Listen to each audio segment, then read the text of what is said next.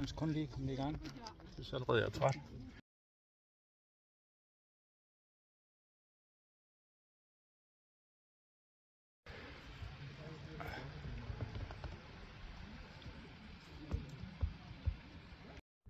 Første sektion færdig. Og der var noget hårdere, end jeg lige havde regnet med. Så er jeg rimelig smadret. Jeg er måske bare i virkeligheden en rigtig dårlig form. Der er flere af de andre, som er i noget bedre form. De overhælder mig hele tiden. Så kan det gå. Tykke molde. Ja. Ja, lidt oplæg.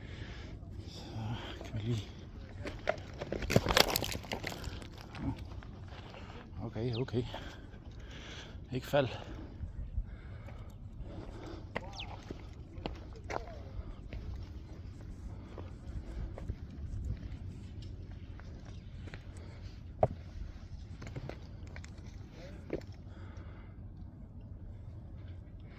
Jeg har lidt nogle løse sten, så jeg går altså ikke helt ud til kanten, hvis det er med jer. Ja, skal videre deroppe med trapper og stiger. Den er vej henad.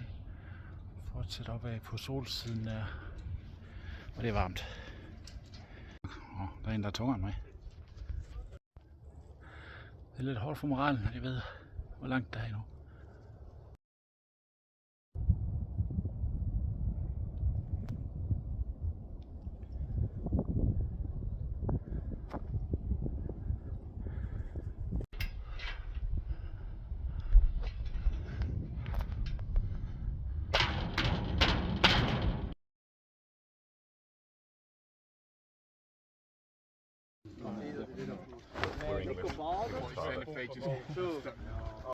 Og sektion 2 færdig. Så det er et perfekt sted til en sandwich eller et eller andet. Se de andre, de slapper også af.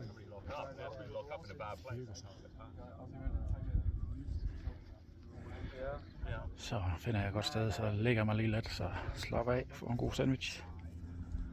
Jeg har rimelig langt endnu. Jeg ved faktisk ikke engang, hvor jeg skal hen af. Den der vej måske. Nej, derovre. Derovre går de. Den vej op der. Ja. Nu er der sgu godt nok lidt langt endnu. Det her det er et godt picnic spot. Så kigger jeg på skiltet derovre, så jeg sgu godt nok... Jeg har 600 højdemeter endnu, og det synes jeg måske lige... det er lige over kanten. Så jeg er helt færdig. Det er simpelthen lykkedes mig at lave verdens dårligste sandwich. Hold kæft, det er den ring. Og jeg har heldigvis andre snacks med. Og jeg er heller ikke sådan rigtig sulten. Nej, jeg taber højdemeter her jo.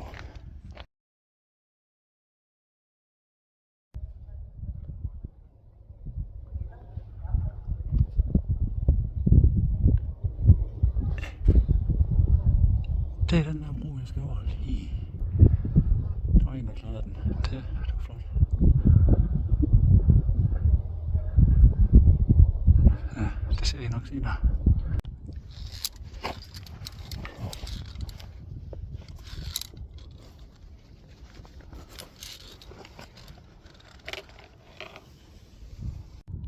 Hvis jeg falder nu, så falder jeg lige ned i hovedet på døden, der går helt derned.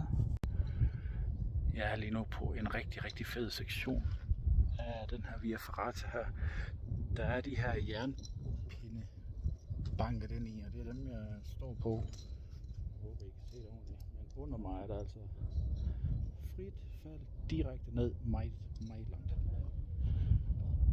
Og det er jo fedt. Det er dejligt at have luft under fødderne. Ja. Siden den græshøj, jeg stod på,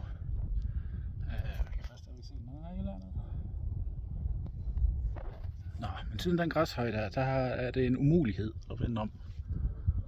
Det er simpelthen ikke lade sig gøre. Så det behøver man ikke at tænke så meget om. Jeg kan lige fortælle lidt om det udstyr, der jeg har. Altså dem, der altid er på, det er de her 2 bungee nogle her, de kan give sig. Så hvis der man falder, så giver det sig, så brækker du ikke ryggen. Og det er jo smart nok. Man kan nok ikke undgå at slå sig, fordi det giver sig jo et stykke, og så ryger du ind i væggen igen. Ved siden af den, så har jeg lige sat den der på. Det er sådan en line, der ikke kan give sig.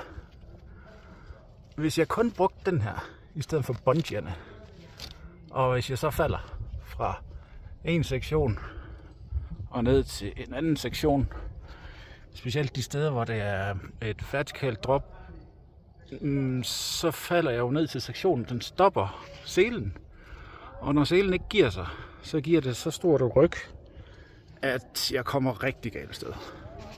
Så er det sådan en brækket ryg eller noget af det. Men grunden til at have den med, det er fordi, jamen, jeg kan jo bare sætte den på, og så kan jeg faktisk bare sætte mig ned og slappe af. Og det er det, jeg gør lige nu. Lige nu der sidder jeg og bruger ikke hverken hænder eller fødder. Jeg hænger faktisk bare og dingler. Lige så stille. Jeg ved sgu ikke, om jeg kan se. Kan jeg se mine fødder? Jeg ved sgu ikke. Jeg hænger. Jeg bruger ikke noget som helst. Jeg hænger bare og dingler. Det er selvfølgelig dumt at falde, når der er en relativt lang noget. Men så er det jo godt, at den holder mig, den der. Der er en franskmand, der kæmper lidt med modet. Det går nok meget godt, selvom det giver så lidt. Mand. En dyt, der venter på, det er hans tur. Jeg må lige vente lidt. Står op, må lige og hopper lidt. Jeg er kommet til hulen. Det er fedt sted. De der franskmænd der, det lyder bare fedt, når de snakker.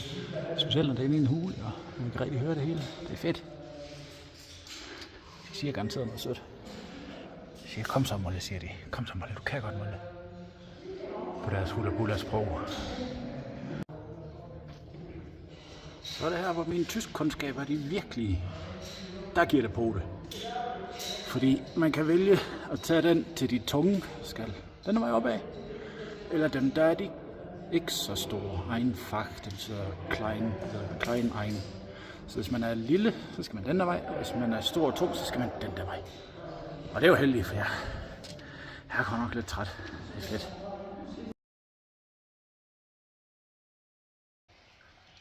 Der er franskmænd over det hele, de elsker det bare. De siger, at man skal bruge benene meget, og det må jeg have gjort, fordi jeg har faktisk fået krampe. For helvede over. Jeg er simpelthen dårligt form. Franskmænd står lige og pisser med over. Det er skide godt. Så fandt jeg sgu lige en plads i solen. Så pause til Mollefar. Og det er jo pænt heroppe. Om lidt så går turen videre. Den der var jeg oppe af. Jeg var lige nødt til at hjælpe med en af de her franskmænd her, fordi hans taske den var åben. Og så var han sådan lidt i panik, for han kunne ikke rigtig kravle videre. Hvis han gjorde det, så røg alt ud. Og han kunne ikke. Han sad lige fast et sted. Så jeg var nødt til lige at... Nå, så er det godt, jeg er flink og rar. God gammel Mollefar. Nå, klokken den er blevet 3. Ja, det er en lang, sej tur. Men altså, jeg vil godt mod, jeg føler egentlig fysisk kan jeg godt være med igen. Altså, den første sektion der, den slår mig lidt ud. Jeg vidste ikke, om jeg havde det måske ikke sådan alt for godt fysisk inden. Men så fik jeg lige hvilet mig lidt på den græshøjde, der hjalp mig en del. Så og jeg har også hentet de her franskmænd igen, der var så pisse hurtigt til at starte med. Der har været nogle sjove sektioner. Der var den der hule der, hvor der på et tidspunkt fløj nogle solbriller ned fra en af franskmændene. Der fløj hele vejen ned. Jeg jokede med, at jeg nok lige skulle hente dem, men det blev ikke tid til noget. Så den der yndlingssituation indtil videre, det var der, hvor jeg virkelig var frit fald under fødderne. Hvor det går på de der små pinde der. Det synes jeg faktisk var skide sjovt. Så jeg hygger mig med sådan nogle ting her. Så valgte jeg selvfølgelig at tage den vej til de tunge, svære, tung. Ikke? Altså, der står jo svær transport på de der biler, lastbiler der, ikke? Ja, det var ikke så rigtig læst af mig. Sådan kan det gå. Det var også meget sjovt. Og så var det heller ikke værre. Altså, det var fint nok. Hold kæft, for der er mange stiger hele tiden.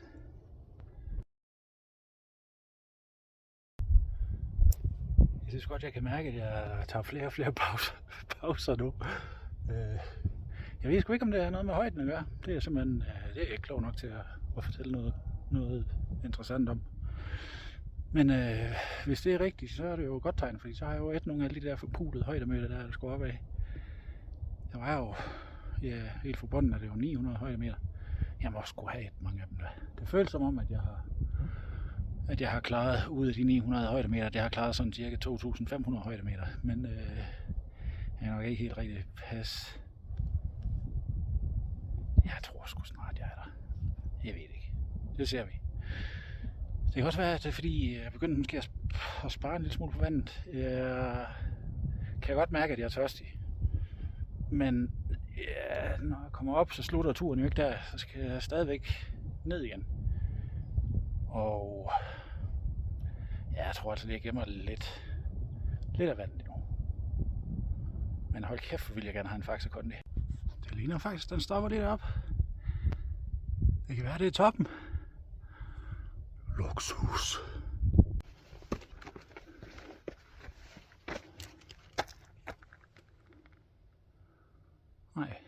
Nej, stol til Molle. Kræftet med pis. Hallo? Nå, hej. Klokken den er 4:15. Så har været i gang et godt stykke tid. Og jeg blev en lille smule skuffet over, at jeg ikke er færdig. Men nej, det er fandme ikke langt tilbage. Bare lige derop. Jeg skal bare lige derop, og så ned igen. Ja. Jeg ved ikke, hvad jeg skal sige. Jeg vil bare lige vise min bagoverkrop. Når jeg er kommet derop et eller andet sted, så skal jeg på en eller anden måde hele vejen tilbage til det der lille bitte hus der. Det er faktisk ret fedt sted. Man kan faktisk også tage sådan en lille mini... nu skal jeg se, om jeg kan finde en finger. Hvor fanden er min finger? Der. Hvor fanden er min finger? Der. Mini... Vi har fra... kæft, det går godt. Der er en... Okay, jeg behøver ikke at pege.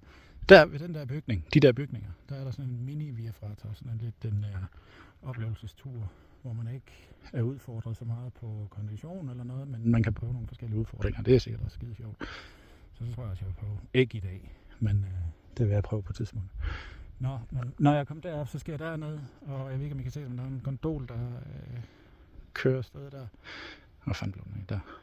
Der er en gondol, der lige smutter afsted der. Der var den. Det er lidt langt, da jeg skal zoome lidt. Nå. Den bane der når jeg ikke. Så jeg har lige givet mig selv yderligere 1,5 time, fra jeg kommer hele vejen derned til at jeg kommer ned til byen. På den igen. Det var så heller ikke toppen. Men heroppe, der er der et topkryds.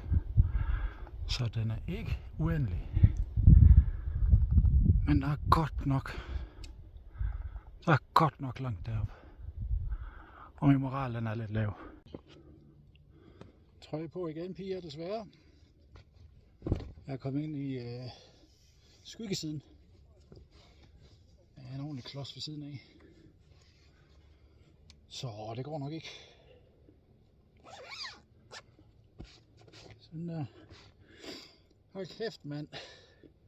Det her, det er kraftedeme hårdt. Jeg er rimelig lav på væske, tænker jeg. Højden generer mig en del. Ja, det vil ikke genere mig ikke. Det er jo gået op jo med vilje. Men jeg kan godt mærke, at det er tynd luft. Og min moral er ikke særlig høj efter det gik op for mig, at de ekstra 1,5 time der. Og der synes jeg faktisk stadigvæk, der var ret langt ned til banen der. Og jeg har faktisk ikke lavet den at gå op af siden.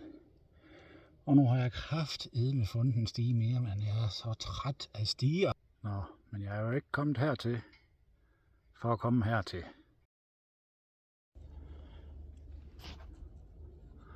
Jeg har lige sat mig i selen igen. Der mangler stadigvæk en del af den der forpulede stige. Men jeg har ingen energi. Jeg er så træt, mand. Mander. Så er jeg simpelthen lige brug for at sidde bare lige 5 minutter. Bare lige sidde lidt ned. Nu må jeg nyde udsigten imens. Ja, det er stadig flot. Det var det for 8 timer siden, og det er det stadigvæk. Skide godt. Eller er der gået 8 timer? Det ved jeg ikke. Jeg skal lige regne ud. Den er 17:15. Jeg startede 8:30 fra banen af, og så skulle jeg gå et stykke vej, inden det startede med at gå opad. Nå, jeg har lidt for fornemmelsen, at jeg kun lige skal op ad den stige her. Og så 50 meter eller sådan noget. Så tror jeg ved det her kryds der. Og Faxe Kondi-boden, jeg går stærkt ud fra, at der er en, jeg kan købe Faxe Kondi af. Deroppe på toppen. Det må da være sådan en Faxe Kondi sælger. Og en rutsjebane nedad. Så er jeg glad. Toppen må være lige heroppe. Jeg skal kun lige... Jeg er der kraftedeme om 5 minutter. Sådan, kom så.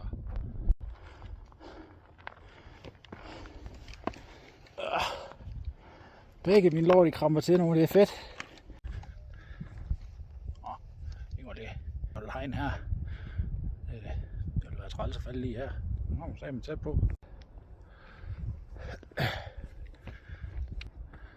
Top kryds.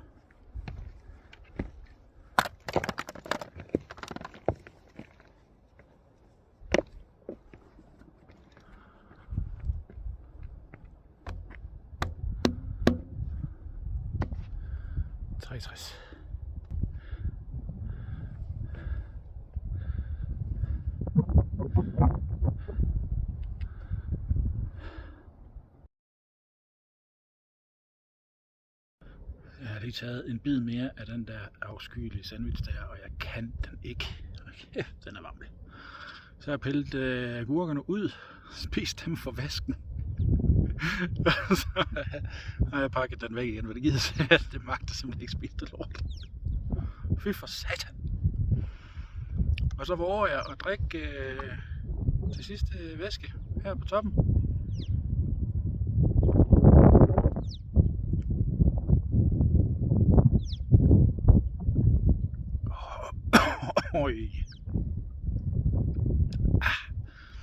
Det var godt. Og det gør jeg, fordi når jeg skal ned igen, så skal jeg krydse den der gletsjer der. Og der må for fanden der være noget vand dernede, så kan jeg lave en refill og få noget mere at drikke. Så på en eller anden måde skal jeg krydse gletsjeren over på den anden side og fortsætte dernede af et eller andet sted. Og når vi kommer til den der pukkel, så ved jeg faktisk ikke, hvor jeg så skal hen. På en eller anden måde skal jeg nok ned til den sø dernede. For den kunne jeg se fra den anden side af, da jeg var oppe ved kabelbanen. Så det er min vej nedad. Den er ikke så stejl, men ser ud som om der er ret langt. Ja, sådan det er jo. Men altså, kæft. Sådan en udsigt heroppe.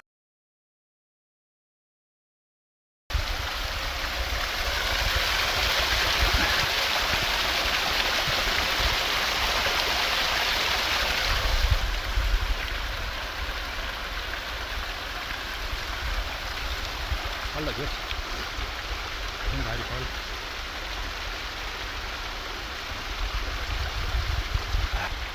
Ja, der er en sø, man kan bade i. Måske. Jeg tror sgu lidt, det var hovedet.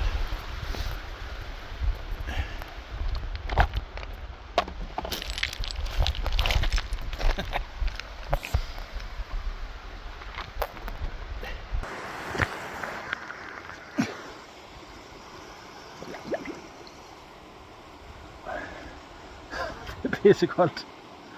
Jeg ved ikke, hvad jeg havde forventet. Luksus. Så fik moralen sgu lige boost igen. Og det er godt, fordi jeg har rimelig langt tilbage nu. Og klokken den er blevet den er nærmest 18:30. Så jeg har set en del af det bjerg her efterhånden. Ja, det er jo fedt nok. Så det var lækkert lige at få noget at drikke og døbe hovedet i noget vand. Jeg har stadigvæk rimelig langt, men jeg føler også, at jeg allerede er kommet rimelig godt et godt stykke nedad.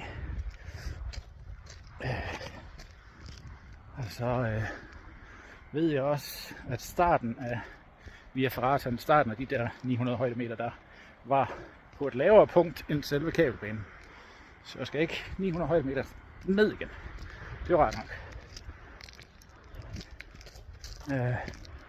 Nu må man også begynde at bruge lidt nogle andre muskler på at gå nedad, og det er selvfølgelig træt. Så sagde den, nu skal jeg ikke falde. Nu skal jeg sgu da ikke falde her. Men kan det gå jo. Ja, man skal lige kigge på, hvor man går, ikke? Nej, men altså, man bruger lidt nogle andre muskler, når man går nedad, og det er jo egentlig fint nok, fordi jeg var begyndt at komme totalt til i begge mine lår. Og nu bliver det lidt mere hårdt for knæene, når man skal gå nedad. Det tager vi med. Så må vi se. Nå, moin. Jeg er simpelthen begyndt at gå opad igen. Og det er fordi, jeg har lige kommet lidt skævt på min sti.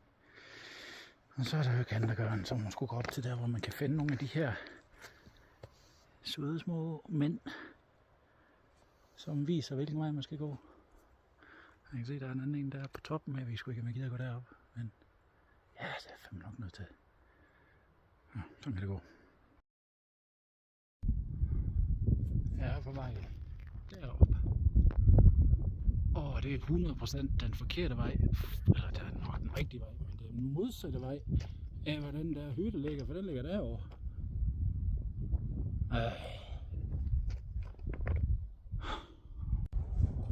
Nu gider jeg kraftedeme ikke gå mere den forkerte vej. Så nu kører den offroad. Og pyt. Molde finder sin egen vej, og det er den jeg går. Og slut. Jeg ved, at en sø dernede, og jeg ved, at der er en sti fra den der skide hytte ned til søen. Slut. Jeg gider ikke gå den der vej. Det kan jo også være, at der er nogen, der bygger den der jeg får lidt vild. Det kan jo også være, at den sti, jeg har fundet, det er en, der går i den modsatte retning. Hen til en eller anden hytte eller andet. Og det er magter ikke lige. Så nu går jeg den vej. Det er lidt noget.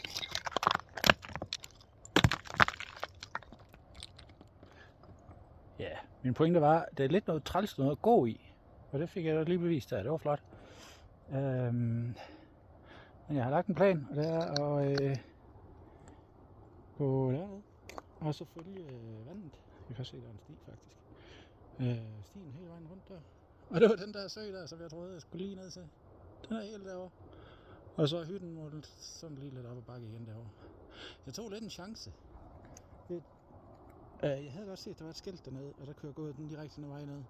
Men så valgte jeg at se, jamen hvis jeg nu går direkte over, så sparer jeg nogle højdemeter. Og det havde været genialt.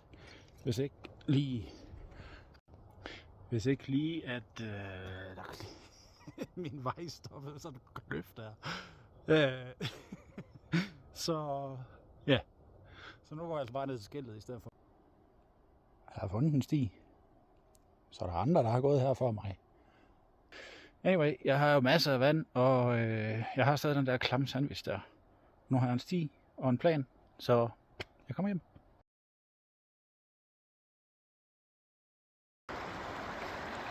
Når der er vand, så er der en sø. Og når der er en sø, så er der en Gemmy Lodge. Den er derude i baggrunden der. Så jeg skal bare lige nu. Det var fint.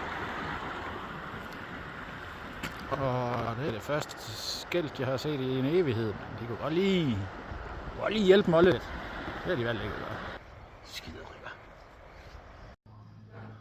Nå, jeg er kommet tilbage til kabelbanen og restauranten ved siden af. Sådan cirka 20:30, så det har været noget af en tur. Min telefon gik desværre ud kort efter jeg sendte den sidste video der med floden og alt det der, ikke? Men der skulle jeg selvfølgelig også bare gå lige ud, så der var ikke så meget. Jeg fik så ikke lige det sidste himlen med på, den må I lige tænke til. Det så flot ud der ved solnedgang, så det er rigtig fint. Nå, jeg har et par ting tilbage på programmet. Det var klart, halløjsa. Og broren han er væk, og søsteren hun har gået helt væk. Men det er fordi, servitrutten der, hun siger, hvis du køber for mindre end 15 schweizerfranc, så er du nødt til at betale et lille gebyr. Ja. Og så siger hun så, jamen vil du så ikke bare have 3 øl i stedet for? Jo, det vil jeg da gerne. Så jeg var ikke så svær at overtale. Så jeg sidder og får min sejrsbajer. Det har været 12 timer på 12 timer på turen. Og så har jeg selvfølgelig lige turen ned til selve byen som dessert. Det er måske 1,5 time eller sådan noget lignende, men jeg er også godt træt. Så det er fedt. Jeg har tænkt på programmet lige nu heroppe. Jeg vil prøve at se, om jeg kan fange en af de der får der. Der er en masse af får heroppe, og de er skid over det hele, men de er meget søde. Måske jeg lige kan fange en får-selfie. Det vil være fint. Det har jeg på programmet. Jeg vil i hvert fald give en forsøg. Og så vil jeg egentlig bare blive heroppe, indtil det er helt mørkt. Og det er det nok snart. Nu er klokken blevet... Ja, hvad fanden står der? 9:30, tror jeg. Noget af den stil. Så stjernerne skulle gerne komme ud. Og det er jo klart vejr, og man er oppe i bjergene, og der er ikke særlig meget lysforurening, så jeg glæder mig faktisk rigtig, rigtig meget til at lige kigge lidt op her. Så det vil jeg nyde lidt, og jeg har ikke travlt med at komme tilbage. Jeg skal ikke rigtig noget. Jeg har nøglen til hotellet, der er ikke... Turen ned er nem. Jeg så den fra kabelbanen af, på vej herop. Det er en stor bred sti, og ingen rigtige problemer. Altså, det er ikke sådan, at jeg skal kravle igennem en skov eller noget for at finde vej. Så jeg farer nok ikke vild, selvom jeg har fået 3 øl. Hvis jeg gør det, så skal jeg faktisk også have en lille applaus, for det vil være flot. Og så har jeg jo den der, pandelampe der fra Emil, ikke? Så kommer den i brug. Det er godt. Det er rigtig fint. Jeg har faktisk tænkt på, om jeg måske skulle prøve at give den pandelampen, hvis jeg nu kunne komme helt tæt på en af de der får der, og så give den en pandelampe på. Og det ville da bare se pisseskægt ud. Så det ville jeg faktisk forsøge. Men det var der bare, at jeg kom i tanke om, hvad nu sådan bare stikker af, og jeg ikke kan fange den igen. Så er min pandelampe væk, og jeg kan ikke komme ned igen. Sådan uden lys. Så jeg tror måske bare, jeg drømmer. Men tanken er mig da god, synes jeg. Det synes jeg da selv. Nå, men det har været en episk tur. Altså virkelig, virkelig fedt. Jeg fik den der også lov til at fare en lille smule vild. Og det kan jeg jo faktisk rigtig godt lide.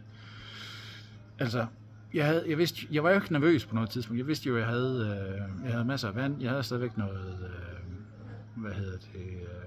noget af den der klamme sandwich tilbage. Og noget first aid kit. Og jeg følte mig egentlig sådan okay fysisk. Så jeg var ikke sådan nervøs. Jeg havde også en plan. Den blev lige revideret undervejs, men jeg havde da en plan. Og jamen så, hvad skal man så være nervøs for? Så er det bare en ekstra udfordring. Så synes jeg faktisk var ret sjovt. Nå, men jeg skal til at få bundet den sidste øl her, inden jeg bliver smidt ud, og så gå på jagt efter får. Vi snakkes.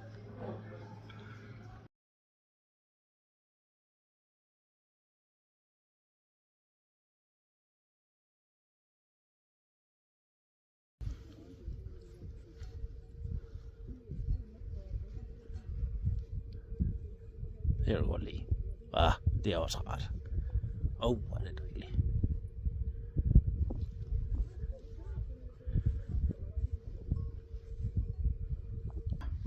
Og så det forlort, jeg rullede rundt i før. Jeg skulle lige set nogen eller noget. Så vift voldsomt med nogle lys. I den modsatte retning, end hvad jeg skal.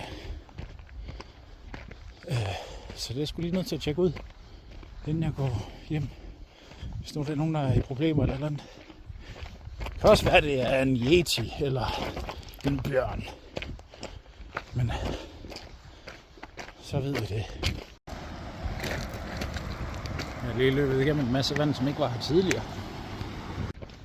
Jeg så, de blinkede, så der er helt klart nogle mennesker den her vej. Mand, jeg håber ikke, de kommer helt sted.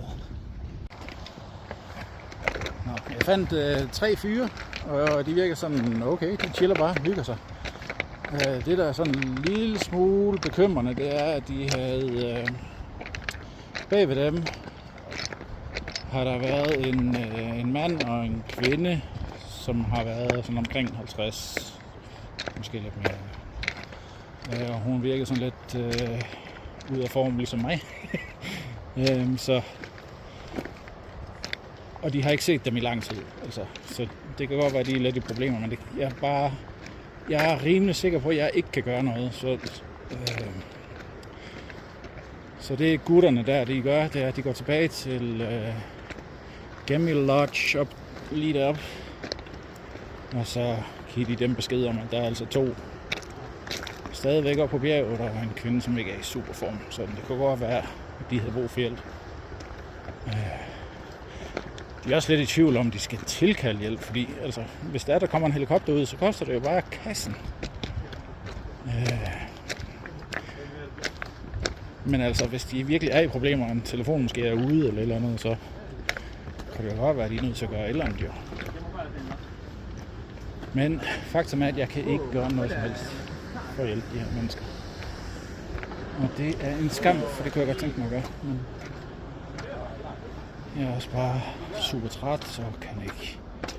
Det vil også være til fare for mig selv, hvis jeg bare forsøgte at komme der. Nu går jeg sgu bare hjem. Så tak.